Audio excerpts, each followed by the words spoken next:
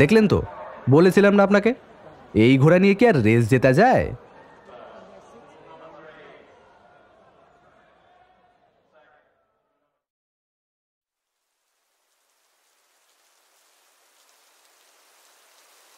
বৃষ্টি এলে সবচেয়ে বেশি ভালো লাগে খিচুড়ি আর বেগুন ভাজা। তাই আজ সকাল থেকে যখন ঝিরঝিরে বৃষ্টি নিয়ে আকাশ কালো করে এলো, তখন ব্যোমকেশ তার কাজের টেবিলের ওপর দুটো হাত রেখে ঘোষণার ভঙ্গিতে বলল, অজিত, তোমার বউঠানকে বলে দাও আজ দুপুরে মুগের ডালের খিচুড়ি আর গোল গোল করে লাল লাল করে বেগুন ভাজা বরাদ্দ হোক বন্দীদের জন্য। আমি ব্যোমকেশের কথার উত্তর না দিয়ে জোর গলায় বললাম, বৌঠান, তোমার বন্দির শেষ ইচ্ছে হয়েছে খিচুড়ি আর বেগুন ভাজা খাবে। ব্যোমকেশ নিঃশব্দে সামান্য হাসল, তারপর বলল, এই বৃষ্টি এলে কিন্তু বেশ অন্যরকম হয়ে যায় সবকিছু। তুমি যে আরো ভালো বুঝবে, তুমি যে কলম চালাও। দেখো, যারা কলম চালায় তারা যে সবার থেকে এই সাধারণ ব্যাপারগুলো ভালো বুঝবে এ ধারণা কিন্তু ভুল। ফারাক একটা আছে, তবে তা অন্য জায়গায়। তা কি ফারাক বলো শুনি। আমি ভালো করে চেয়ারে হেলান দিয়ে বললাম, মনে করো একজন লেখক আর একজন সাধারণ মানুষ এক সময় একই দৃশ্য দেখছে। তার মানে এই নয় যে সাধারণ একজন মানুষ সেই দৃশ্য দেখে যা ভাবছে তা লেখকের ভাবনার চেয়ে কম। আসল সমস্যাটা হলো লেখক অতি সাধারণ ব্যাপারকে এত রঞ্জিত করে সুন্দর করে বলতে বা লিখতে পারবেন, তা সাধারণ মানুষ হয়তো পারবে না, অথচ সে হয়তো ভেবেছে আরো বেশি কিছু। বেশ বলেছো, কিন্তু তোমার তো দার্শনিক হবার কথা ছিল হে অজিত। আচ্ছা, এবার বলো তো এই ফারাকের জন্য দায়ী কি? এই রে, এটা তো ভেবে দেখিনি। মনে হয় একজন লেখক আর একজন সাধারণ মানুষ, তাই। অনেকটা তাই, তবে আসল কারণটা হলো অভ্যেস। যেমন ধরো, এই যে রান্নাঘরে তোমার বউঠান রান্নার সময় জানেন কোথায় নুন আছে কোথায় লঙ্কা আছে। আমরা রান্নাঘরে গেলে তা খুঁজেই মরবো শুধু। তেমনি লেখক লেখার সময় শব্দ কিংবা কথা খুঁজে পাবে খুব সহজেই, কারণ তার অভ্যেস তাই। আর সাধারণ মানুষ মনে মনে ভাবলেও হাতড়ে বেড়াবে এদিক ওদিক। মানুষের মনের কত ফারাক, তাই না ব্যোমকেশ? একই বয়সের একই বৈশিষ্ট্যের মানুষের মধ্যেও অনেক পার্থক্য দেখা যায়। এ তো অতি সাধারণ ব্যাপার। পৃথিবীর বুকে সবচেয়ে রহস্যময় হলো মানুষের মন, বিশেষ করে তা যদি হয়। ব্যোমকেশ কি যেন বলতে গিয়েও থেমে গেল, কারণ সত্যবতী ঘরে এসে ঢুকেছে। দরজা দিয়ে ঢুকে আমায় উদ্দেশ্য করে সত্যবতী বলল, ঠাকুরপো, ঘরে বেগুন নেই, বেগুন ভাজা হবে কি করে? অজিত, আমার আজ খিচুড়ি আর বেগুন ভাজাই চাই, এর অন্যথা যেন না হয়। ঠাকুরপো, বেগুন ভাজা খেতে হলে বাজার থেকে বেগুন নিয়ে আসতে হবে, এই আমি বলে রাখলাম। বলেই সত্যবতী রান্নাঘরের দিকে চলে গেল। আবার ব্যোমকেশ বেশ জোরের সাথেই বলল, ওসব আমি জানি না। বৃষ্টির দিনে খিচুড়ি আর বেগুন ভাজা না হলে জমে না। ধুর, কোথাও শান্তি নেই। ব্যোমকেশ আর সত্যবতীর এভাবে আমায় মধ্যমণি করে কথা বলার কারণ পাঠকের অজানা থাকার কথা নয়, তবুও যারা অবাক হয়েছেন তাদের জন্য পুরোটা জানিয়ে রাখি। ব্যোমকেশ আর সত্যবতী যখন ঝগড়া করে তখন তাদের সরাসরি কথা বলা, এমনকি মুখ দেখাও বন্ধ থাকে। তখন তাদের কথা এভাবেই চলে। আমি ব্যাপারটা বেশ উপভোগ করে থাকি। এই কালই তাদের আবার ঝগড়া হয়েছে। ঝগড়ার বিষয় অতি সামান্য। ব্যোমকেশ কোনো কালেই যথেষ্ট গোছানো ছিল না। তার অগোছালো আর উদাসী ভাবটা মাঝে মাঝে অতিরিক্ত হয়ে পড়ে, বিশেষ করে যখন হাতে কোনো কেস থাকে না, তখন তার এই প্রায় সন্ন্যাসী ভাবটা প্রবল হয়ে ওঠে। কাল সকালে নিজের অগোছালো ঘরটা গোছাতে গিয়েই বিপত্তি। সত্যবতীর শখের ফুলদানিটা মেঝেতে ফেলে ভেঙে চৌচির। আসলে টেবিলের কভারের ওপরে ফুলদানিটা এক কোণে কোনো রকমে নিজেকে বাঁচিয়ে রেখেছিল। ব্যোমকেশ কভারটা তুলে নামাতে যেতেই ফুলদানিটা মেঝেতে পড়ে শব্দ করে ভেঙে যায়। রান্নাঘর থেকে সত্যবতী যতক্ষণে এসে দাঁড়িয়েছে, ব্যোমকেশ দ্রুততার সাথে ভাঙা ফুলদানির টুকরোগুলো গুছিয়ে ফেলেছে। আর একটু সময় পেলে হয়তো লুকিয়েই ফেলতো, কিন্তু তার আগেই বামাল সমেত ধরা পড়ে যায়। তখন সত্যবতী কিছু না বলে চলে গেলেও আসল ঝগড়াটা হয় রাতে, আর আজ সকাল থেকেই এই ব্যবস্থা। দুপুরে খেতে বসে কিন্তু দেখলাম ব্যোমকেশেরই জয় হয়েছে। গরম খিচুড়ি, আলু ভাজা, বেগুন ভাজা আর ডিমের অমলেট। ব্যোমকেশ হাত ঘষতে ঘষতে একটা অদ্ভুত শব্দ করে বলল, আহ, এই না হলে ভারতবর্ষের গৃহের আইন। যতই বন্দী হোক না কেন, তার ইচ্ছেরও দাম দেওয়া হয়। বৌঠান, তুমি যে বললে বাড়িতে বেগুন নেই? ছিল নাই তো, নেহাত কাকা বাজারে গিয়ে নিয়ে এলো তাই। বাহ কাকা, তোমার তো জবাব নেই। সেই তো, আর আমি যে রান্না বান্না করলাম তার বেলায় কিছুই নেই। ব্যোমকেশ বেগুন ভাজায় কামড় দিয়ে বলল, এই অজিত, কোথাও কি কিছু পুড়ছে? কেমন যেন একটা পোড়া পোড়া গন্ধ বেরোচ্ছে। সে আমি কি করে বলবো, আমি তো পাচ্ছি না। ব্যোমকেশ আমার দিকে তাকিয়ে বলল, পাচ্ছ না নাকি পেতে চাইছো না? থাক, অনেক হয়েছে। আমার কত স্বাদের ফুলদানিটা তুমি ভেঙে ফেললে। ইচ্ছে করে কি আর ভেঙেছি? নেহাত চোখে পড়েনি তাই। এর চেয়ে ঢের ভালো ফুলদানি আমি তোমায় এনে দেবো। ঠিক তো? ঠিক ঠিক ঠিক। এরপর দুপুরের খাওয়াটা আমাদের বেশ ভালোই জমল। শুধু জমল বললে ভুল হবে, সত্যবতীর হাতের রান্নার গুণেই হোক কিংবা খিদের জন্যই হোক, খেয়ে যখন উঠলাম বুঝলাম বাড়াবাড়ি রকমের খাওয়া হয়ে গেছে। দুপুরের ভাত ঘুমটা একটু বেশি হয়ে গিয়েছিল। যখন উঠলাম তখন প্রায় সন্ধে। ব্যোমকেশের ঘরে গিয়ে দেখি সেই ভাঙা ফুলদানির টুকরোগুলো নিয়ে সে গদের আঠা দিয়ে জুড়তে বসেছে। এইসব সময় ব্যোমকেশকে দেখে অদ্ভুত লাগে আমার। এই মনে হয় তার চেয়ে অলস, উদাস আর অগোছালো মানুষ একটাও নেই। আবার তারপরেই সে এমন কিছু করে বসে যে তার ধৈর্য আর কাজ দেখে অবাক হয়ে যেতে হয়। ফুলদানিটার প্রায় অর্ধেকের বেশি জোড়া হয়ে গেছে এর মধ্যে। আমি বসতে বসতে বললাম, তা এটা নিয়ে কতক্ষণ পড়ে আছো? ব্যোমকেশ আমার দিকে না তাকিয়েই বলল, তুমি যখন নাক ডাকিয়ে ঘুমোতে গেলে তখন থেকেই। এই বাজে কথা বলো না, আমি মোটেই নাক ডাকি না। যে নাক ডাকে সে কি কখনো বোঝে যে সে নাক ডাকছে? বোঝে বাকিরা, যারা না ঘুমিয়ে জেগে থেকে শুনতে পায়। কিন্তু আমি যে নাক ডাকি তা তো আগে আমায় বলনি। আগে বলার প্রয়োজন হয়নি তাই। এর মাঝেই সত্যবতী চা নিয়ে এলো এক কাপ। আমায় দেখে বলল, ও ঠাকুরপো, তুমি উঠে পড়েছো? কাকা, আরেক কাপ চা দিয়ে যাও তো। এই বৌঠান, একটা সত্যি কথা বলো তো, আমি কি নাক ডাকি? সত্যবতী অবাক হয়ে বলল, নিশ্চয়ই ও বলেছে। যত সব বাজে কথা। নাক তো ও ডাকে, সারা রাত ধরে নাক ডাকে। বাবা, সে কি ডাক, যেন মেঘ ডাকছে। এটা খুব সহজ মিথ্যে কথা হয়ে গেল না? আমি যদি নাক ডাকতাম তাহলে কি তুমি আমায় তোমার পাশে শুতে দিতে? সেই সৌভাগ্য কি তাহলে আমার হতো? ব্যোমকেশ অতি সাধারণভাবে কথা বললেও সত্যবতী লজ্জা পেল, তাই তাড়াতাড়ি বেরিয়ে চলে গেল। আমি আবার এই বিষয় নিয়ে কিছু বলতে যাব, তার আগেই পুঁটিরাম চা নিয়ে এসে বলল, দাদাবাবু, একজন এসেছেন, তোমার সাথে দেখা করতে চাইছেন। ব্যোমকেশ ফুলদানিটার শেষ টুকরোটা সাবধানে লাগিয়ে সেটা টেবিলের ওপর রেখে একটা কাগজে হাতের আঠা মুছতে মুছতে বলল, পাঠিয়ে দাও। আমি চায়ের কাপ মুখে তুলেছি, ঠিক এমন সময় ঘরে এসে যিনি ঢুকলেন তাকে দেখে সিনেমার সেই কাউবয়ের কথা মনে পড়ে যায়। সিনেমার পর্দায় দেখা ঘোড়ার পিঠে বসা খাঁকি পোশাক আর হ্যাট পরিহিত যে মানুষ দেখা যায়, তার সাথে এনার পার্থক্য শুধু এই যে ইনি হেঁটে এসে ঘরে ঢুকলেন। ঘরে এসে নিজের মাথার হ্যাটই বলছি, না হলে আবার কখন হ্যাট টুপি বলে ফেলবো, খুলে বেশ অভ্যস্ত কায়দায় বগলের মাঝে চেপে ধরে হাত জোর করে নমস্কার করলেন। আমি এই ফাঁকে তাকে আপাদমস্তক দেখে নিলাম।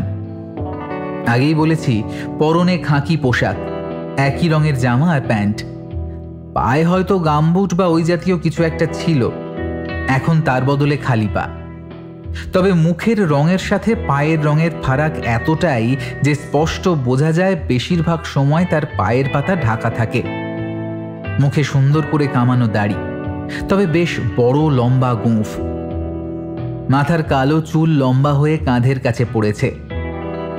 লম্বা প্রশস্ত কপাল, বেশ তীক্ষ্ণ তবে একটু কোটরে বসা চোখ। মুখের রং সামান্য ময়লা হলেও বোঝাই যাচ্ছে তা রোদে পুড়ে পুড়ে হয়েছে। ভদ্রলোক হাত জোড় করে বললেন, নমস্কার, যদি ভুল না করি আপনি ব্যোমকেশ বক্সী, মানে ওই ডিটেকটিভ ব্যোমকেশ বক্সী। ব্যোমকেশ প্রতি নমস্কার করে বলল, বসুন। হ্যাঁ, আমিই ব্যোমকেশ বক্সী, তবে ডিটেকটিভ কিংবা গোয়েন্দা নই, আমি সত্যান্বেষী। ও আচ্ছা আচ্ছা, আসলে আপনার কাছে এই অসময়ে আসার একটা কারণ রয়েছে। দেখি তো আপনি বলতে পারেন কিনা সেই কারণ। বলে একটু হাসি মুখে তাকিয়ে রইলেন ব্যোমকেশের দিকে। ব্যোমকেশ নিজের চেয়ারে বসেছিল, এবার হাত দুটো পিছনে রেখে বলল, মনে হচ্ছে আপনি একজন ঘোড়সওয়ার কিংবা জকি, ওই যারা ঘোড়ার পিঠে বসে বা রেসের মাঠের ঘোড়ায় যারা থাকে আর কি। সেটা তো আমার পোশাক দেখেই বোঝা যাচ্ছে। হ্যাঁ, যাচ্ছে। সবকিছুই যে চোখে দেখেই বলা যায় বিক্রমবাবু। এবার যেন তিনি অবাক হলেন। তারপর কিছু বলতে যাবার আগেই ব্যোমকেশ বলে উঠল, আপনার জামার পকেটের কাছেই আপনার নাম লেখা রয়েছে। আর আমার সমস্যার ব্যাপারটা? ঘোড়া নিয়ে কোনো সমস্যায় পড়েছেন, তাই বাড়ি না ফিরে সোজা আমার এখানেই চলে এসেছেন। অবাক হবার পালাটা আরো বাড়ল ভদ্রলোকের, তাই বললেন, সোজা আপনার কাছেই এসেছি, কিন্তু কিভাবে ধরলেন? জামার কলারের কাছে ঘামে ভিজে দাগ হয়ে আছে। আপনি যদি বাড়ি ফিরতেন তাহলে নিশ্চয়ই অন্য জামা পরে আসতেন। আপনার লক্ষ্য করার ক্ষমতা কিন্তু বেশ ভালো।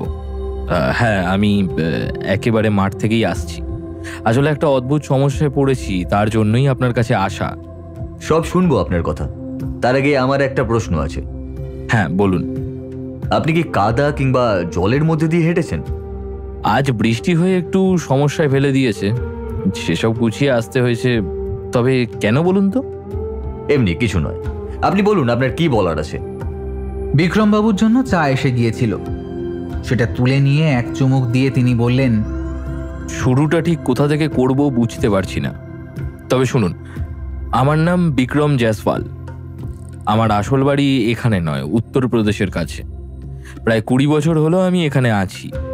আমার কাজ হলো যাকে বলে ওই জকি, ঘোড়া চালানো, ঘোড়াকে ট্রেনিং দেওয়া, এই আমার কাজ। কলকাতার রেসের মাঠে আমি প্রায় 5 বছর ধরে ঘোড়া চালাচ্ছি।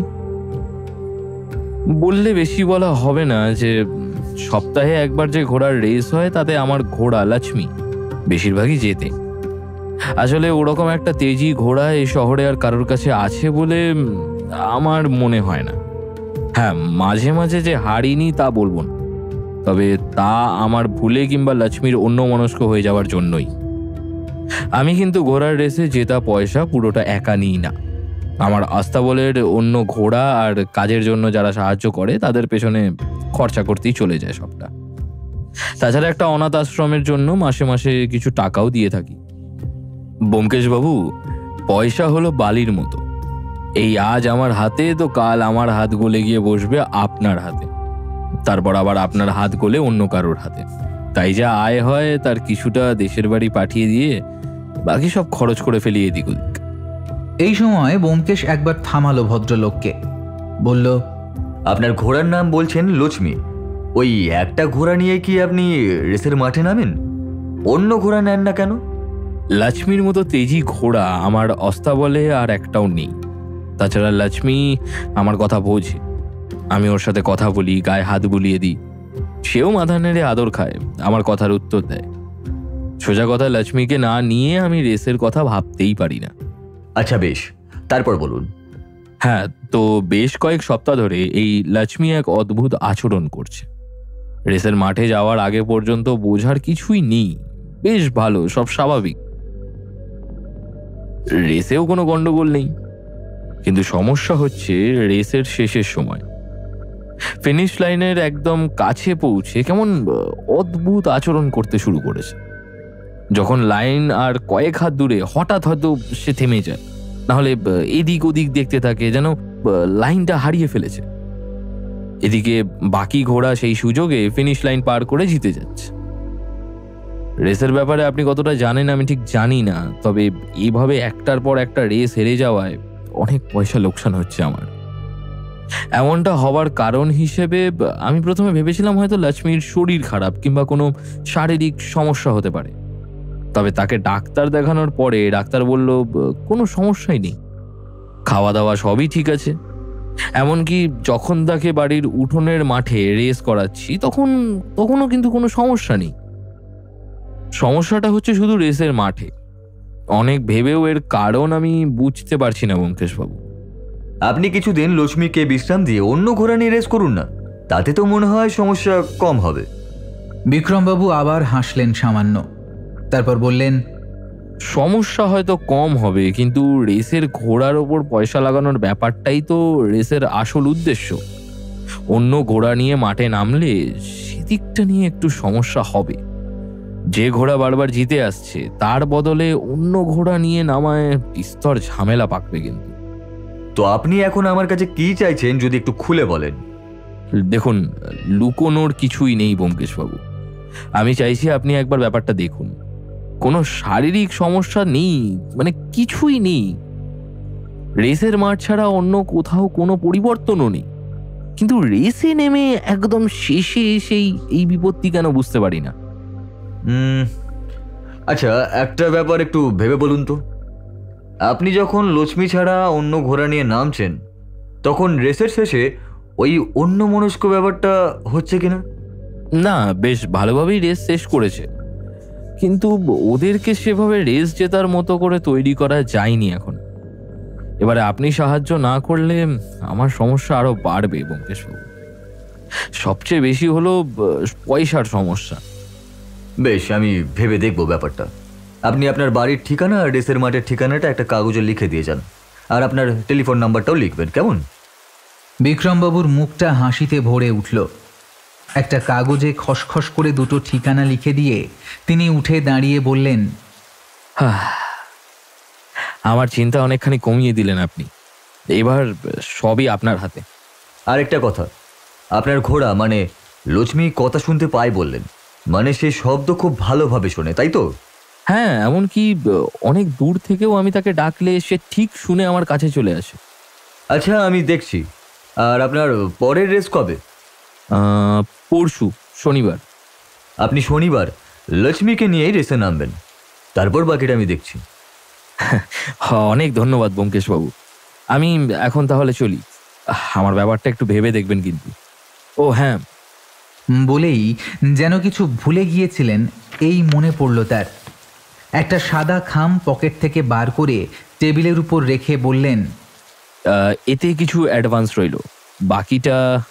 কথা শেষ না করে বিক্রমবাবু বেরিয়ে যাবার আগেই ব্যোমকেশ বেশ কায়দা করে খামটা তুলে তার পাশে রাখল। বিক্রমবাবু বেরিয়ে যেতেই ব্যোমকেশ বলল, কি বুঝলি অজিত? বড় অদ্ভুত কেস ব্যোমকেশ। একটা ঘোড়ার অমন অদ্ভুত আচরণ করার কারণ কি হতে পারে? যেখানে ডাক্তার বলছেন কোনো শারীরিক সমস্যা নেই, তাতে শুধুমাত্র রেসের মাঠে একদম শেষে এমন পরিবর্তন হবার কারণ কি? সেটাই তো অজিত, যদি ব্যাপারটা ভয়ের কারণেই হতো তাহলে তো রেসের মাঠে পা দিয়েই অস্বস্তিটা ধরতে পারতেন বিক্রমবাবু। কিন্তু এতদিন ধরে রেসের মাঠে যে ঘোড়া জিতে এসেছে তার মনে হঠাৎ করে ভয় ঢোকার কারণটাই বা কি হতে পারে? আমার কিন্তু একটা ব্যাপার মনে হচ্ছে, বুঝলে? বলে ফেলো। এরকম ঘোড়াকে ট্রেনিং দিতে হয়। বিক্রমবাবু বললেন তিনি লক্ষ্মীকে ট্রেনিং দেন, তবে তার বাড়িতে এই কাজের জন্য আরও লোক আছে। এমন কিছু কি হতে পারে যে তাদের মধ্যেই কেউ কিছু করেছে? আগে কারণটা খুঁজে বার করতে হবে অজিত। যদি কেউ কিছু করেও থাকে তাহলে সে কি করেছে তা না জানা পর্যন্ত কিছুই বলা সম্ভব নয়। তাহলে কি করবে ভাবছো? এখন আর কিছুই করার নেই। পরশু আগে রেসের মাঠে গিয়ে লক্ষ্মীকে আর রেসের শেষের ব্যাপারটা নিজের চোখে দেখতে হবে, তবেই আমরা পরবর্তী পদক্ষেপ নিয়ে ভাবতে পারবো। বিক্রমবাবুর বাড়িতে গিয়ে দেখলেই তো হয়। সে তো যেতেই হবে, তবে ধাপে ধাপে। ক্রাইম সেখানে হবে, সেই স্পটটা আগে না দেখে ভিকটিমের বাড়িতে গিয়ে কি কোনো লাভ হবে? আগে ক্রাইম স্পটটা দেখা দরকার। বিক্রমবাবু অ্যাডভান্স দিয়ে গেছেন তার এই খারাপ সময়েও, তার মানে ব্যাপারটা তার কাছে খুবই গুরুত্বপূর্ণ। অযথা ভুল করে কিংবা সময় নষ্ট করে লাভ নেই। প্রথমে রেসের মাঠ আর তারপরে বিক্রমবাবুর বাড়ির রাস্তা বল, তার আগে অন্য কিচ্ছু নয় অজিত। তবে তাই হোক, তুমি যা ভালো বোঝো। ব্যোমকেশ আর কিছু বলল না, নিজের চেয়ার ছেড়ে উঠে দাঁড়িয়ে জানলার কাছে গেল। তারপর আমায় বলল, অজিত, বৃষ্টিটা ধরে এসেছে, তুমি একটু বসো, আমি চট করে একটা কাজ সেরে আসি। এই শুরু হলো। কেস হাতে আসতে আসতেই আমায় ছাড়া বেরিয়ে পড়া শুরু। এ তোমার ভারী অন্যায় ব্যোমকেশ। কেস হাতে এসেছে সবে, কাজ তো শুরু করিনি, এখনই এত অধৈর্য হচ্ছ কেন? আমার একটা অন্য কাজ আছে, আমি আসছি এক্ষুনি। বলতে বলতে পাঞ্জাবিটা গায়ে চাপিয়ে বেরিয়ে যেতে যেতে বলল, ঘোড়ার রেসের কেস অজিত, ঘোড়ার ব্যাপারে একটু না জানলে এগোনো যাবে না। শুভ সন্ধ্যা। ব্যোমকেশ বেরিয়ে যেতেই আমি আর কি করব ভেবে ব্যোমকেশের ঘর থেকে বেরিয়ে আমার ঘরে এসে ঢুকলাম। তারপর খাতা আর কলম টেনে নিয়ে আগের কেসের ধারা বিবরণী লিখে রাখতে লাগলাম যতটা মনে পড়ে। এই ব্যাপারেও ব্যোমকেশের সাহায্য যে আমার বারবার লাগে সেই ব্যাপারে নিশ্চিত হয়ে গেলাম আমি। ব্যোমকেশ ফিরল অনেক রাত্রে। যখন সে এলো তখন আমি আর সত্যবতী তার ঘরে বসে গল্প করছি। আমাদের উদ্দেশ্য করে ব্যোমকেশ বলল, তা কি রাজা উজির মারলে তোমরা? সত্যবতী জোরের সাথেই বলল, তুমি কি একাই মারতে পারো তা? আমরা পারি না? সে না হয় ঘরে বসে কথায় কথায় হলো, তোমার চেয়ে আমাদের বুদ্ধি আর কম কিসে? সে কথা অস্বীকার করে এমন আহাম্মক কি আর আছে? তুমি যে আমার বুদ্ধির ঘরে ধুনো দিয়ে দিয়ে তা জ্বালিয়ে রেখেছ, তা তো স্বীকার করতেই হয়। আমি হাসলাম, কিছু বললাম না। ব্যোমকেশ যে সত্যবতীকে খোঁচা মেরেই কথাটা বলল তা আমি স্পষ্ট বুঝলাম। তাই ব্যাপারটা আরেকটু রসপ্রদ করার জন্য বললাম, এমন একটা কেস আছে যাতে কিন্তু ব্যোমকেশও নাকানি চোবানি খাচ্ছে বৌঠান। তুমি যদি কিছু কিনারা করতে পারো। আমার কথা শেষ হতেই ব্যোমকেশ ফাঁকা চেয়ারে বসে বলল, ভালো কথা মনে করিয়েছ অজিত। দেখো সত্য, রেসের মাঠে যে অনেক ঘোড়া একসাথে দৌড়োয় প্রথম হওয়ার জন্য, তা তো তোমার জানাই। সত্যবতী মাথা নাড়িয়ে উৎসুক চোখে তাকিয়ে রইল। এবার একটা ঘোড়া প্রতিবারই ওই রেস জিতে আসছে, কিন্তু সম্প্রতি কোনো এক অজানা কারণে ঠিক রেস শেষ হবার মুহূর্তে ঘোড়াটা বেগরবাই করে রেস হেরে যাচ্ছে। কোনো কারণে ভয় পাচ্ছে না তো? কিছু দেখে ভয় পেলে তো সেটা ঘোড়ার পিঠে বসে থাকা লোকটাও দেখতে পেত। আর রেস শেষ হবার মুহূর্তেই কেন ব্যাপারটা হবে, তার আগে বা অন্য সময়ও তো হওয়াটা স্বাভাবিক। সত্যবতী যেন গভীরভাবে ভাবছে এমন মুখ করে বসে রইল। তারপর বলল, আমার মাথায় তো কিছুই আসছে না। ব্যোমকেশ যেন অবাক হয়েছে সেভাবে বলল, এই রে, তুমিও বুঝতে পারছো না? তাহলে আমার বুদ্ধির গোড়ায় ধোঁয়া কে দেবে? এতক্ষণ পরে মনে হলো সত্যবতী বুঝতে পেরেছে তার সাথে ব্যোমকেশ মজা করছে। তাই সে চেয়ার ছেড়ে উঠে দাঁড়িয়ে বলল, তোমার বুদ্ধির গোড়ায় ধোয়া দেওয়ার চাইতেও ভারী কাজ আমার রয়েছে, চললাম আমি। বলেই রান্নাঘরের দিকে চলে গেল। ব্যোমকেশ হা হা করে হেসে উঠে পাঞ্জাবির পকেট থেকে ছোট্ট 3টে চটি বই বার করে রাখলো টেবিলের ওপর। আমি হাতে তুলে নিয়ে দেখলাম একটা বই বিভিন্ন প্রজাতির ঘোড়ার, একটা রেসের ব্যাপারে, আর একটা কিসের ওপর সেটা ঠিক বুঝলাম না। ওটায় নাম্বার, টাকার অঙ্ক আর নাম লেখা। এইসবের জন্য বেরিয়েছিলে? ব্যোমকেশ উত্তর না দিয়ে একটা বই তুলে নিয়ে পড়তে শুরু করলো। আমি বুঝলাম এই শুরু হলো মৌনব্রত। পরের দিনটা অতি সাধারণভাবেই কেটে গেল। ব্যোমকেশ বাড়িতেই ছিল সারাদিন। মাঝে একবার দুপুরে খাবার পর কোথায় বেরিয়েছিল, সেখান থেকে ফিরে এলো ঘন্টা 2 পরে। সারাদিন আমি আগের কেসের ব্যাপারে লিখতে লাগলাম আর মাঝে মাঝেই ব্যোমকেশকে প্রশ্ন করে ভুলে যাওয়া ব্যাপারগুলো জেনে নিতে লাগলাম। আর বলার মতো তেমন কিছু ঘটল না। সত্যবতীও যেন না বলাতেই বুঝতে পেরেছিল ব্যোমকেশ নতুন কেস নিয়ে ঘেঁটে। তাই খেতে বসে অন্যমনস্কভাবে আরেকটু হলেই ডালের বাটিটা ফেলে দিচ্ছিল দেখেও কিছু বলল না। রেসের মাঠে যাওয়ার জন্য যে এক ধরনের পাস পাওয়া যায় এ তথ্যটা আমার কাছে নতুন ছিল। আগের দিন দুপুরে ব্যোমকেশ যে এই ব্যাপারটার জন্যই বেরিয়েছিল তা বুঝতে পারলাম রেসের মাঠে পৌঁছে। এ যাবৎ পুলিশের কিছু কেস আর ব্যক্তিগত কয়েকটা কেসে সাফল্য পাওয়ার জন্যই হোক, কিছু ব্যাপারে ব্যোমকেশ অগ্রাধিকার পেয়েই যায়। তবে তার চেনা লোক যে এখানেও বেরিয়ে পড়বে তা তো জানা কথাই। রেসের মাঠে গেট পেরিয়ে ঢুকতে ঢুকতেই একজন বলে উঠল, আরে গোয়েন্দা বাবু, এখানে কি মনে করে? তেমন কিছু না, এই আবহাওয়া পরিবর্তন। ভাবলাম এই ব্যাপারটাই বা বাকি থাকে কেন, একবার দেখেই যাই। লোকটি গলা নামিয়ে বলল, তা বাজি টাজি ধরেছেন নাকি?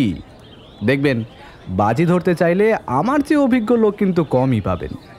বাজি মানে ওই ঘোড়ার ওপরে টাকা লাগানো? তা মশাই, আপনি তো মনে হয় এখানে প্রায়ই আসেন। লোকটি হাসল, তারপর বলল, শখ বলতে পারেন, তবে বাজিটা যে আমি খেলি না। কেউ জানতে চাইলে বলে দিই যে কোন ঘোড়ার ওপর বাজি লাগালে জেতা যাবে। এটাও কিন্তু একটা ক্ষমতা, বলুন, একদিনে তো আর হয় না। একদিন? কি বলছেন? পাক্কা 7-7টা বছর এই রেসের মাঠে আসছি, এখানেই তো এসে চুলে পাক ধরলো। কথা বলতে বলতে আমরা চেয়ারে বসে পড়েছি। পাস ছিল বলেই হয়তো আমরা একদম সামনের দিকের জায়গা পেয়েছি। আমাদের থেকে হাত 10 দূরে রেসের ট্র্যাক। সাদা কি একটা দিয়ে এক একটা ট্র্যাক আলাদা করা হয়েছে। এক জায়গায় মোট 10টা ঘোড়া আর তাদের সাথে লোকজন। রেস শুরু হবে একটু পরেই। আমরা যেখানে বসে আছি মানে গ্যালারিতে এদিক ওদিক ছড়িয়ে ছিটিয়ে আছে লোকজন। সবাই যে বাজি ধরেছে তা বোঝার কোনো উপায় নেই। ব্যোমকেশ লোকটার সাথে কথা চালিয়ে যেতে লাগলো। আপনি যদি বাজি ধরতেন তাহলে কোন ঘোড়াটার ওপর ধরতেন? এই একটা শক্ত প্রশ্ন করে ফেললেন ব্যোমকেশ বাবু। মাসখানেক আগে অবধি হলেও এক কথায় ওই কালো ঘোড়াটার ওপর বাজি ধরা যেত, কিন্তু এখন আর তা বলতে পারি না। তার চেয়ে বরং ওই বাদামি ঘোড়াটার ওপর বাজি ধরাই ভালো। এমন কেন? ওই কালো ঘোড়াটা দেখছেন, ওর নাম লক্ষ্মী। ওই প্রতিবার জিততো, মানে প্রতিবার তো হয় না, তবে প্রায় প্রতিবারই বলা যেতে পারে। কিন্তু মাসখানেক ধরে যে ঘোড়াটার কি হলো, বেশ ভালোভাবেই শেষ পর্যন্ত যায়। তারপর যে কি হয় কে জানে, হয় দাঁড়িয়ে পড়ে, না হলে এদিক ওদিক ছুটে চলে যায়। আর সেই ফাঁকে ওই বাদামি ঘোড়াটা রেস জিতে যায়। কালো ঘোড়াটা কি প্রতিবার মাঠে নামে? এরকম ব্যাপার হবার পর থেকে ওই খেলোয়াড় ঘোড়া বদলেও নেমেছে, তবে সেরকম লাভ কিছু হয়নি। এ কয়বার কালো ঘোড়াটাকে তো দেখিনি, আজ আবার দেখছি। ব্যোমকেশ এক ফাঁকে আমার দিকে তাকালো। তার ইশারায় আমি বুঝলাম বিক্রমবাবু তাহলে আমাদের যা বলেছেন তার সব সত্যি। তার সাথে এও বুঝলাম ব্যোমকেশ কেন আগে রেসের মাঠ আর তারপরে বিক্রমবাবুর বাড়ি যাওয়ার কথা বলেছিল। এর কারণ কি হতে পারে বলে আপনার মনে হয়? আমার মনে হয় ঘোড়াটা আর রেস খেলতে চাইছে না, ব্যাপারটা ওর কাছে একঘেয়ে হয়ে গেছে। শারীরিক কোনো অসুস্থতা নয়? না, তেমন হলে তো অন্য সময় অস্বাভাবিক আচরণ করত। যা হচ্ছে তা কিন্তু একদম রেসের শেষে। ওই যে রেস শুরু হচ্ছে, দেখুন দেখুন। ঘোড়ার রেস এই প্রথমবার দেখছি আমি, তাই মন দিয়ে দেখতে লাগলাম। বন্দুকের আওয়াজ হওয়ার সাথে সাথেই ঘোড়াগুলো দৌড়তে শুরু করলো। এতক্ষণ ব্যোমকেশ আর লোকটার কথা শুনেই আমি বুঝেছিলাম ওই কালো ঘোড়াটাই হলো লক্ষ্মী। এবার তার উপরে বসে থাকা বিক্রমবাবুকেও দেখতে পেলাম। রেস শুরু হতেই চারিদিক থেকে উৎসাহী লোকজন বিভিন্নভাবে চিৎকার শুরু করলো। আমি একবার ব্যোমকেশকে আর চোখে তাকিয়ে দেখলাম। তার চোখ রেসের মাঠে নয়, তার চোখ রয়েছে গ্যালারির এদিকে ওদিকে, যেন কিছু খুঁজছে সে। এদিকে রেসের ঘোড়াগুলো দৌড়তে দৌড়তে প্রায় শেষের দিকে পৌঁছে গেছে। অবাক হয়ে দেখলাম আমাদের পাশে বসে থাকা লোকটা ভুল কিচ্ছু বলেনি। লক্ষ্মীর সাথে পাল্লা দিয়ে ছুটে চলেছে সেই বাদামি ঘোড়াটা। বাকি ঘোড়া সব একটু পিছনে পড়ে আছে। অদ্ভুত ব্যাপারটা ঘটলো একটু পরে। রেসের শেষ লাইনের কাছাকাছি যখন পৌঁছে গেছে লক্ষ্মী আর বাদামি ঘোড়াটা, ঠিক তখনই লক্ষ্মী হঠাৎ থেমে গিয়ে এদিক ওদিক দেখতে লাগলো। আর তার সাথে সাথেই পাশ থেকে ছুটে গিয়ে প্রথম হয়ে গেল বাদামি রঙের ঘোড়াটা। আমাদের পাশ থেকে লোকটা বলে উঠল, দেখলেন তো, বলেছিলাম না আপনাকে, এই ঘোড়া নিয়ে কি আর রেস জেতা যায়? ব্যোমকেশ কিন্তু কথার উত্তর দিল না, শুধু আমায় বলল, অজিত কুইক বলেই তাড়াতাড়ি রেসের শুরুর দিকে গেল। সেখানে তখন সব ঘোড়া আর ঘোড়সাওয়ার জমা হয়েছে। সেদিকে এগিয়ে যেতে যেতে ব্যোমকেশ হাত তুলে বিক্রমবাবুর দৃষ্টি আকর্ষণ করার চেষ্টা করছিল। বিক্রমবাবু এদিক ওদিক দেখছিলেন, তাই সহজেই দেখা হয়ে গেল। আমি এগিয়ে গিয়ে দাঁড়াতেই বিক্রমবাবু বললেন, দেখলেন তো ব্যাপারটা? দেখলাম, বড় অদ্ভুত। ঠিক রেস জেতার মুহূর্তে সমস্যাটা হলো। আচ্ছা, একটা কথা বলুন তো, রেস যে ঘোড়াটা জিতলো ওটা কার ঘোড়া? ওটা তো রতনলালের ঘোড়া। লক্ষ্মীর এরম হবার পর থেকেই ও প্রতিবার জিতে আসছে। আচ্ছা, আপনার লক্ষ্মীকে একবার দেখা যাবে? আমরা তিনজন গিয়ে লক্ষ্মীর সামনে দাঁড়ালাম। কালো রঙের ঘোড়াটার গায়ে একটা চকচকে আভা, পায়ের আর গায়ের পেশিগুলো ফুলে আছে, গায়ে একটা কেমন গন্ধ। প্রত্যেক ঘোড়ার গায়েই বোধহয় এমন গন্ধ থাকে। বেশ ভালোভাবেই যে তার পরিচর্যা হয় তা বোঝাই যাচ্ছে। ব্যোমকেশ এগিয়ে গিয়ে একটু ইতস্তত করে লক্ষ্মীর গায়ে হাত রাখল। ঘোড়াটা একবার লেজ নাড়িয়ে কাঁধ ঝাঁকালো। ব্যোমকেশ হাত সরিয়ে নিতে যাচ্ছিল, বিক্রমবাবু বললেন, ও কিছু করবে না ব্যোমকেশ বাবু, আপনি অচেনা তাই অমন করছে, একবার হাত বুলিয়ে দিয়ে দেখুন। ব্যোমকেশ লক্ষ্মীর গায়ে হাত বুলিয়ে দিতে দিতে বলল, অচেনা মানুষের কাছে এইভাবেই ব্যবহার করে লক্ষ্মী? হ্যাঁ, অন্য ঘোড়াগুলো কিন্তু এমন নয়। লক্ষ্মীকে কিছু শেখানো খুবই সহজ। ব্যোমকেশ হাত বোলাতে বোলাতে কি যেন ভাবতে লাগলো, তারপর বলল, লক্ষ্মীকে আপনি কোথা থেকে কিনেছিলেন? মানে এসব ঘোড়া তো শুনেছি বাইরে থেকে আনা হয় কলকাতায়। এখন আর তার প্রয়োজন হয় না। এই যে কজন ঘোড়সাওয়ার এখানে দেখছেন, সবারই আস্তাবল আছে, সেখানে অনেক ঘোড়া আছে। কারো দরকার হলে আমরা একে অন্যের থেকেই কিনে নিই, তাতে ঘোড়াও বাইরে যায় না আর শিখিয়ে নিতে সুবিধা হয়। লক্ষ্মীকে আমি রতনলালের কাছ থেকেই কিনেছিলাম, তখনও অনেক ছোট। ব্যোমকেশ লক্ষ্মীর গায়ে হাত বুলাতে থাকলেও আমি স্পষ্ট বুঝলাম যে তার মন অন্যদিকে। বারবার সে সেই বাদামি রঙের ঘোড়াটা আর তার মালিকের দিকে দেখছে। একটা সময় আমাদের দুজনকে অবাক করে ব্যোমকেশ বলল, অজিত, তুমি এখানে দাঁড়াও, আমি আসছি। বলে সেই বাদামি ঘোড়াটার কাছে চলে গেল। ঘটনার আকস্মিকতায় আমি যতটা অবাক হয়েছি তার থেকেও বেশি অবাক হয়েছে দেখলাম বিক্রমবাবু। আচ্ছা, হঠাৎ করে উনি ওদিকে গেলেন কেন বলুন তো? আমি নিজের অবাক ভাবটা চেপে রেখে বললাম, নিশ্চয়ই কেসের ব্যাপারে কোনো কথা বলতে গেছে। আমার কথায় যে খুব একটা সন্তুষ্ট হয়েছেন ভদ্রলোক তা আমার মনে হলো না। ব্যোমকেশ ফিরল বেশ খানিকক্ষণ পরে। তার মুখে একটা চিন্তার দাগ বেশ স্পষ্টভাবেই খেলা করছে। বিক্রমবাবু প্রশ্ন করলেন, কিছু বুঝলেন ব্যোমকেশ বাবু? খুব স্পষ্ট কিছু নয়, তবে একটা অনুমান আমি করতে পারছি। আজ এখানে আসাটা মাঠে মারা যায়নি। আজ আপনি ফিরে যান, কাল সকালে আমি একবার আপনার বাড়িতে যাব। আপনার বাড়ির যে কজন কাজের লোক আছে, মানে যারা ঘোড়া দেখাশোনা করে, তাদের থাকতে বলবেন সেখানে। সবার সাথে আমায় একবার কথা বলতে হবে। আপনি তাহলে দুপুরের দিকে আসুন, তখন সবাই থাকে। সবাই মানে 4 জন আর আমার বাড়ির কাজের লোক, সবাইকে তখন পাওয়া যাবে। সকালে তারা মাঠের দিকে ঘোড়া নিয়ে যায়।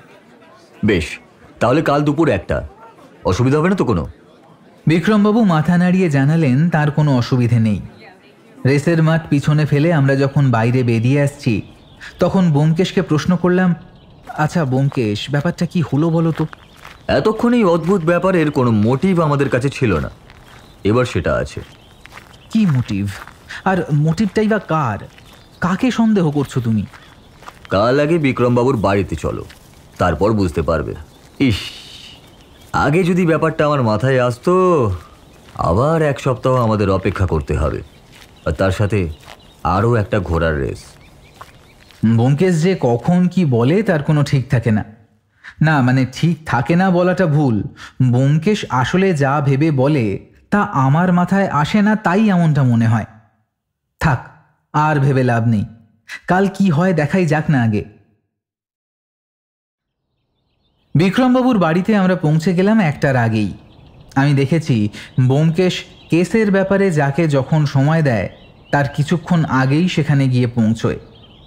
এ ব্যাপারে তাকে একবার জিজ্ঞাসা করায় সে বলেছিল, কেস শেষ না হওয়া পর্যন্ত আমাদের পক্ষে জানা সম্ভব নয় আসল দোষীকে। তাই নির্দিষ্ট সময়ে পৌঁছানো মানে তাকে সময় দিয়ে দেওয়া, নিজেকে আড়াল করার। সময়ের আগে পৌঁছে গেলে তাকে হয়তো কিছুটা সমস্যায় ফেলা যেতে পারে। আমরা যখন গেলাম তখন বিক্রমবাবু আস্তাবলের কাছে দাঁড়িয়ে ঘোড়ার তদারকি করছিলেন। মোট 4টে ঘোড়া আছে তার আস্তাবলে। লক্ষ্মীকে তো আগেই দেখেছি, বাকি 3টে ঘোড়ার 2টো সাদা আর একটা বাদামি আর কালোর মধ্যে। 4টে ঘোড়ার জন্য 4টে আলাদা আলাদা লোক রয়েছে, তার সাথে বিক্রমবাবুর বাড়ির কাজের লোক। আসুন ব্যোমকেশ বাবু, আপনি তো বেশ পাঞ্চুয়াল, সময়ের আগেই চলে এসেছেন দেখছি। আমাদের এই কাজে সময়টা বেশ গুরুত্বপূর্ণ। সামান্য সময়ের এদিক ওদিক হলে কত কিছুই যে হাতছাড়া হয়ে যায় তা বলে বোঝাতে পারবো না। তা আপনার 4টে ঘোড়ার দেখাশোনা কি 4 জন করে? হ্যাঁ, এক একটা ঘোড়ার জন্য আলাদা করে ট্রেনার রেখেছি, যাতে সামান্য ভুলচুক না হয়। আসলে ওদের আমি নিজেদের ছেলেমেয়ের মতো করেই মানুষ করতে চাই। যতই হোক, ওরাই তো আমার রুটির যোগান দিচ্ছে। লক্ষ্মীর ট্রেনার তাহলে কে? লক্ষ্মী এখানে আসার পর থেকেই ওকে রামকিশনই ট্রেনিং করাচ্ছে, ওর হাতেই তৈরি। আমি শুধু রেসের মাঠে নিয়ে গিয়ে দৌড়ই। হ্যাঁ, মাঝে মাঝে ট্রেন করাতেও হয়, তবে বাকি সবই দেখে ওই রামকৃষ্ণ। তোমার নামই রামকিষণ? যাকে উদ্দেশ্য করে কথাটা বলা তার পরনে একটা খাকি প্যান্ট, গায়ে হাফ হাতা জামা। লক্ষ্মীর সামনে বসে একটা বড় মাটির পাত্রে ঘাস আর কি একটা খাওয়াচ্ছে। পরে শুনেছি ওগুলোকে বলে দাবনা। হ্যাঁ স্যার। কতদিন ধরে আছো তুমি এখানে? কথা বলতে বলতে ব্যোমকেশ এগিয়ে গিয়ে হাত রাখলো লক্ষ্মীর গায়ে। একবার হাত বুলিয়ে দিতেই লক্ষ্মী খাওয়া ছেড়ে একবার একটা ডাক ছেড়ে ব্যোমকেশের দিকে মুখটা তুলল। তারপর চোখ বুজে নিজের মুখটা এগিয়ে দিল।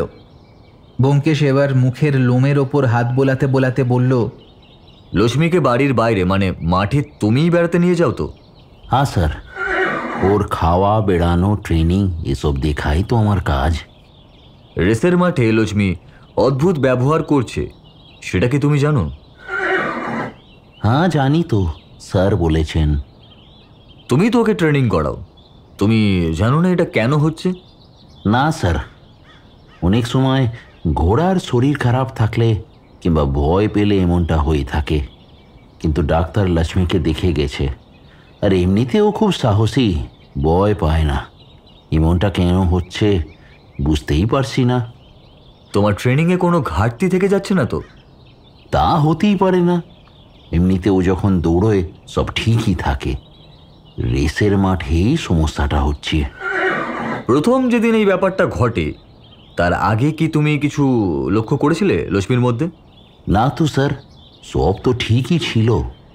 ভালো করে মনে করে দেখো, এ বাড়িতে কিংবা বাড়ির বাইরে এমন কিছু ঘটেছিল যা তোমার একটু অন্যরকম বলে মনে হয়েছে, অতি সামান্য কিছু হলেও? এবার যেন রামকিষণ একটু চিন্তা করলো, তারপর বলল, একটা ব্যাপার আছে, তবে সেটা তেমন কিছু না ভেবে আমি আর কিছু বলিনি। ব্যোমকেশের মুখটা উজ্জ্বল হলো যেন। আমি স্পষ্ট বুঝতে পারলাম রামকিষণ এমন কিছু বলতে চলেছে যা ব্যোমকেশ আগেই অনুমান করে এসেছে।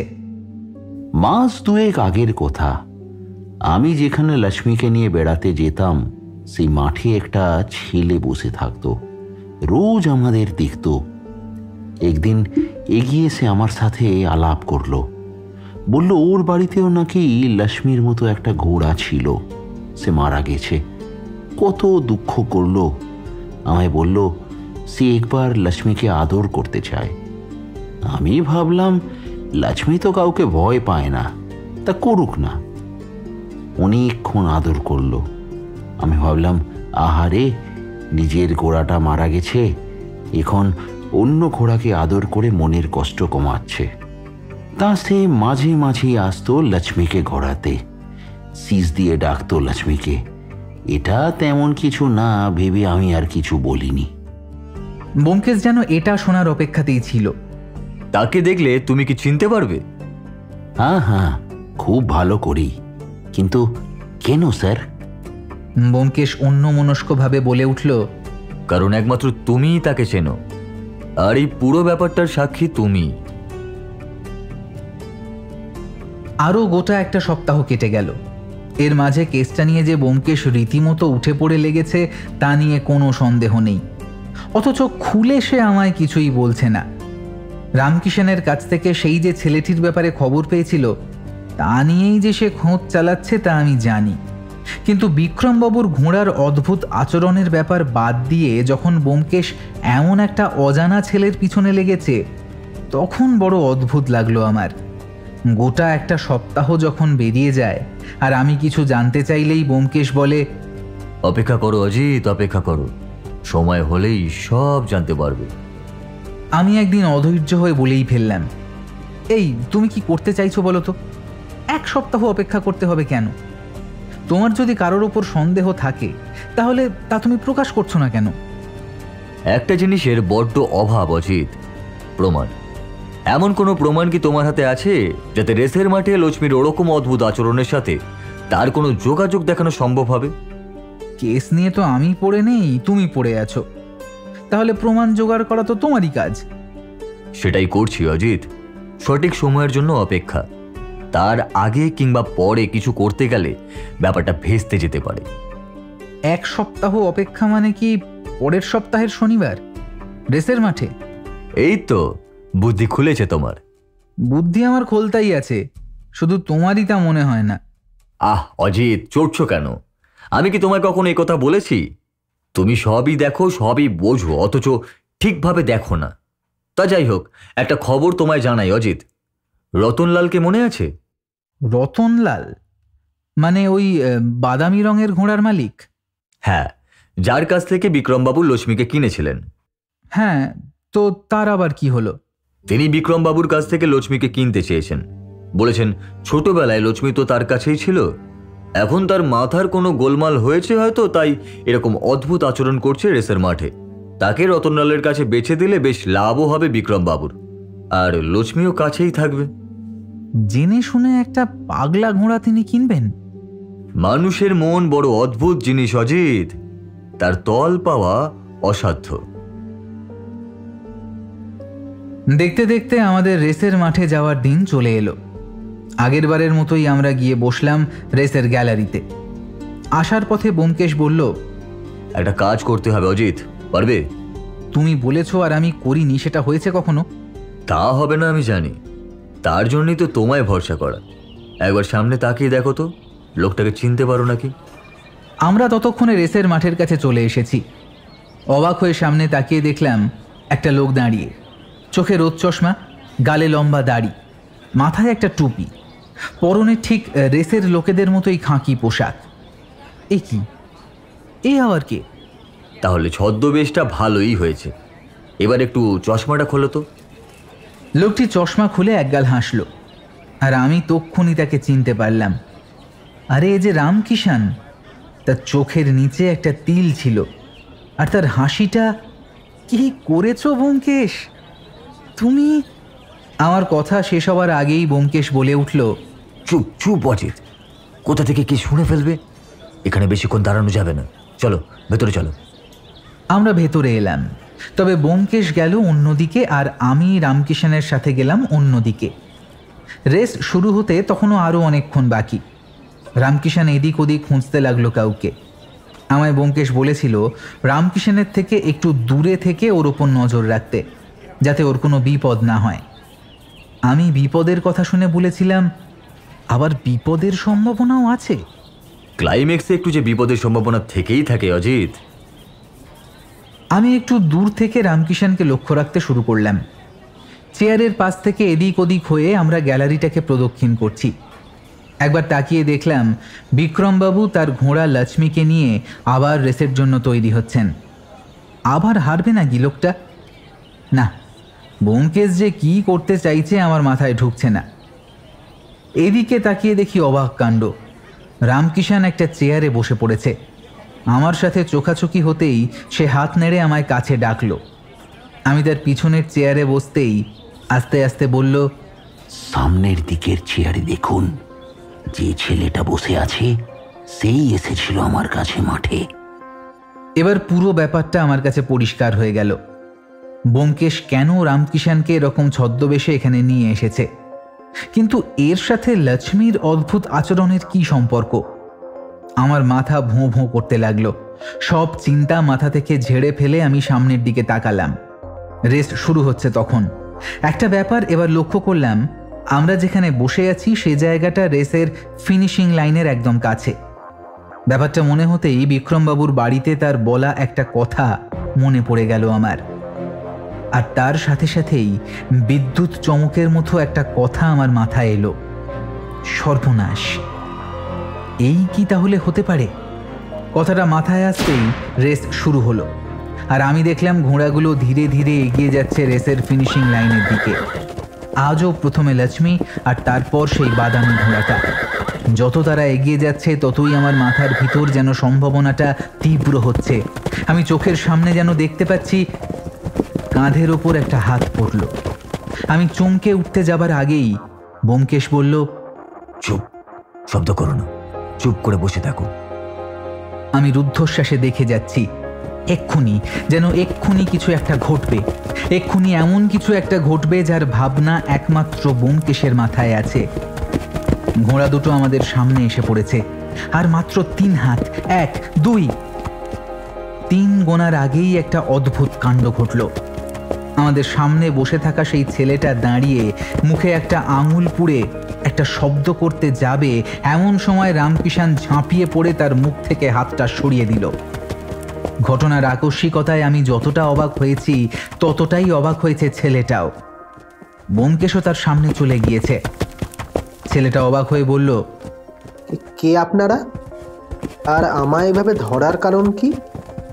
বুঝতে পারছো না? না, দাঁড়াও, এক্ষুনি বুঝতে পারবে। বলেই রামকিষাণকে ইশারা করতেই সে তার ছদ্মবেশ দাড়ি, টুপি আর চশমা খুলে ফেলল। এবার ছেলেটা যেন ভয় পেল, চেয়ার ছেড়ে দৌড়ে বাইরের দিকে যেতে চাইল। কিন্তু রামকিষাণকে আমরা যতটা সাদাসিধে আর সরল ভেবেছিলাম সে তা নয়। এক লাফে সে 3টে চেয়ার পেরিয়ে তার কাঁধের জামাটা খামচে ধরে মাটিতে পেড়ে ফেলল। তারপর বলল, তোর ঘোড়া মরেছে না?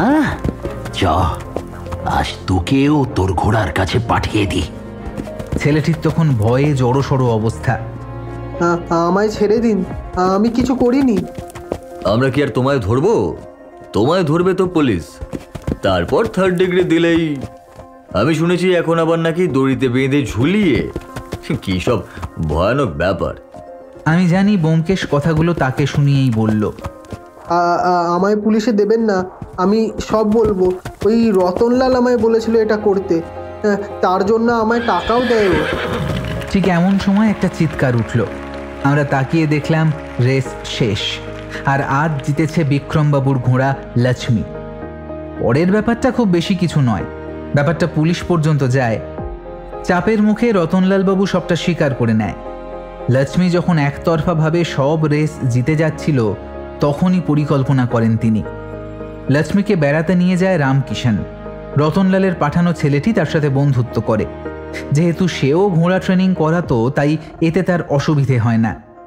একটা বিশেষ শীষ দিয়ে সে লক্ষ্মীকে দাঁড়িয়ে যাবার ট্রেনিং দেয়। তারপর রেসের মাঠে ঠিক জেতার মুহূর্তে গ্যালারি থেকে সেই বিশেষ শীষ দিয়ে সে লক্ষ্মীকে থামিয়ে দিত। আর বিক্রমবাবু ভাবতেন লক্ষ্মীর কোনো সমস্যা হয়েছে। কেস সলভ করার জন্য বিক্রমবাবু ব্যোমকেশকে আরও কিছু টাকা পারিশ্রমিক দেন, আর তার হাতটা শক্ত করে ধরে বলেছিলেন, ব্যোমকেশবাবু, আমার লক্ষ্মী কিন্তু খুব ভালো। ভালো মানুষ যেমন বোকা হয়, আমার লক্ষ্মীও বোকা।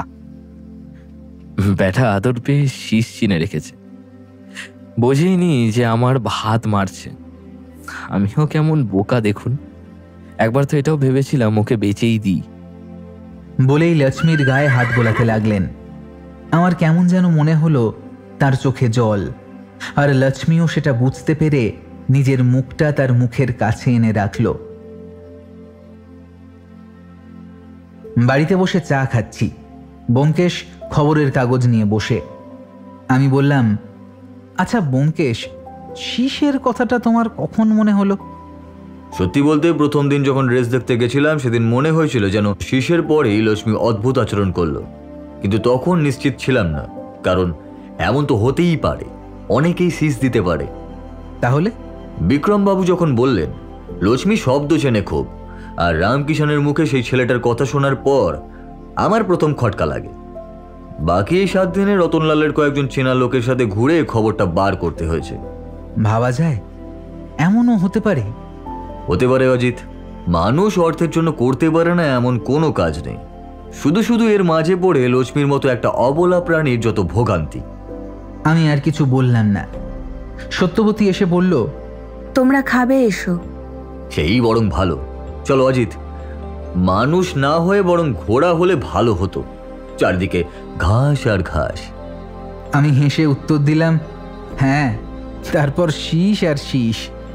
ব্যোমকেশ হেসে উঠল, সাথে আমিও। আমাদের ঘরের দেওয়ালের ক্যালেন্ডারের ঘোড়াটা যেন ডেকে উঠল।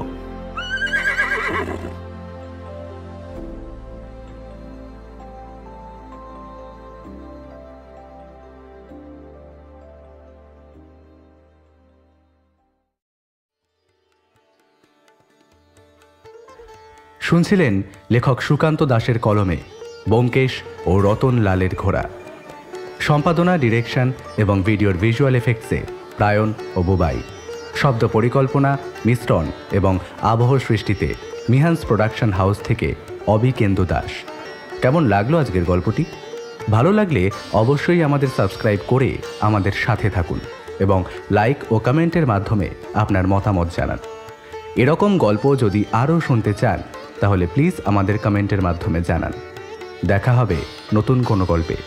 ততক্ষণের জন্য শুভরাত্রি। ভালো থাকবেন এবং সকলকে ভালো রাখবেন।